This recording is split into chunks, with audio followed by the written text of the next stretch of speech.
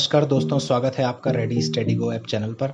आज हम जानेंगे रेडी स्टडी गो ऐप के बारे में कुछ और फीचर्स। तो चलिए आगे बढ़ें और शुरू करते हैं।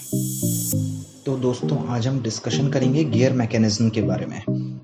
रेडी स्टडी गो ऐप में जो है एक गियर मैकेनिज्म करके आता है, जिसमें आप देख सकते हैं कि ऐप में यहाँ पर आपके डैशबोर्ड में आपको दिखाई देता है, जिसमें आपको कभी 1, 2, 3 और 4 और 5 तक आपको दिखाई देगा।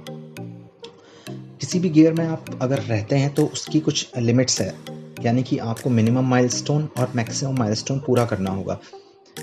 इसके बारे में हम आगे बात करते हैं, पर पहले हम थोड़ा समझ लेते हैं गियर के बारे में। आपको गियर की अंडरस्टैंडिंग के लिए आप गियर बॉक्स पर क्लिक करेंगे तो आपको दिखेगा कि वहाँ पे गियर की अंडरस्टैंडिंग काफ़ी अच्छे तरीके से लिखी हुई है। आपको किसी भी गियर के बारे में मिनिमम माइलस्टोन, मैक्सिमम माइलस्टोन कितने चाहिए आपको उस गियर के लिए, आपको पता चल जाएगा। ये भी पता चलेगा कि अगर आपके गियर मिस होते हैं तो आपको क्या पेनल्टीज़ पड़ेंगी। बहुत सारे दोस्तों के हमारे पास सवाल आए थे कि एक गियर से दूसरे गियर में कैसे शिफ्ट करना है।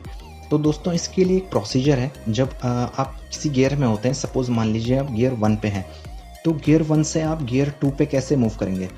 उसके लिए दोस्तों आप देख सकते हैं कि गियर 1 के आप टॉप में देख सकते हैं मिनिमम माइलस्टोन कितने हैं। उसमें मिनिमम माइलस्टोन 0 है। मिनिमम माइलस्टोन 0 का मतलब है कि आप इससे कम गियर नहीं जा सकते, और मैक्सिमम माइलस्टोन 5 का मतलब है कि आपको एटलीस्ट एक दिन में 5 माइलस्टोन पूरे करने हैं नेक्स्ट गियर में जाने के लिए। आप ऐसा 3 दिन तक करेंगे तब ही आप किसी गियर से अगले गियर में शिफ्ट कर पाएंगे।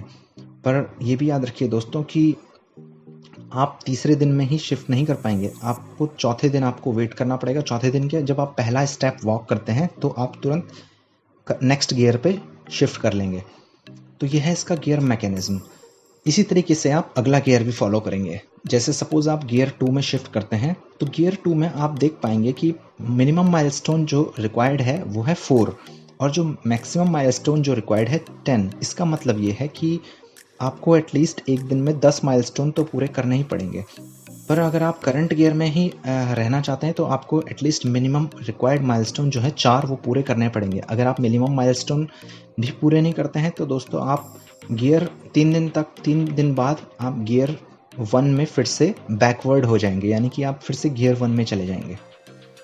इसी तरीके से आप को अगले गियर में जाने के लिए फिर से वही आपको 3 दिन तक वॉक करना पड़ेगा और मैक्सिमम माइलस्टोन गेट करने पड़ेंगे, जो कि गियर 2 में है 10, यानी कि आपको गियर 2 में रहते हुए 10 माइलस्टोन डेली पार करने पड़ेंगे। अब सेम आपको ऐसे गियर 3, गियर 4 और गियर 5 के लिए करना होगा। अब आप देखिए, सीधे हम आते हैं गियर 5 पर। अब आप देख सकते हैं कि गियर 5 पे हमारे पास मिनिमम जो रिक्वायरमेंट है 16 माइलस्टोन की पर डे की है, और मैक्सिमम माइलस्टोन जो है वो 25 माइलस्टोन पर डे की है। इसका मतलब ये है कि अगर आप मिनिमम माइलस्टोन गेट नहीं कर पाते 3 दिन तक, तो आप चौथे दिन जो है गियर 4 में शिफ्ट हो जाएंगे, यानी कि आप अपग्रेड की जगह डिग्रेड हो जाएंगे। गियर 5 में आपको जो है 25 माइलस्टोन डेली के मिलते हैं। इसके साथ में ही अगर आप एक्स्ट्रा माइलस्टोन अर्न करना चाहते हैं तो उसके लिए हमारा दूसरा वीडियो देखिए। दूसरे वीडियो में आपको पता चलेगा कि आप एक्स्ट्रा माइलस्टोन कैसे गेट कर सकते हैं। अगला है आपका मिसिंग गियर। मिसिंग गियर में आप देख पाएंगे कि गियर बॉक्स के सामने आपके पास एक ट्रायंगल सा शेप आता है। तो उस शेप का मतलब क्या है, यानी कि अगर आप 3 दिन तक किसी गियर को पूरा नहीं कर पाते हैं तो आप जो है लोअर गियर में शिफ्ट हो जाएंगे, यानी कि अगर आप 5 में है तो आप 4 में चले जाएंगे, और 4 में है तो 3 में चले जाएंगे, एंड सो ऑन। तो इसलिए आपको करंट गियर में रहने के लिए कम से कम आपको मिनिमम माइलस्टोन पूरे करने ही होंगे। तो आई होप दोस्तों आप गियर मैकेनिज्म को समझ गए होंगे। तो इस वीडियो को यहीं पर ही रैप अप करते हैं। Thank you for watching and keep walking. Please don't forget to subscribe the channel and like the video. Thank you, good bye.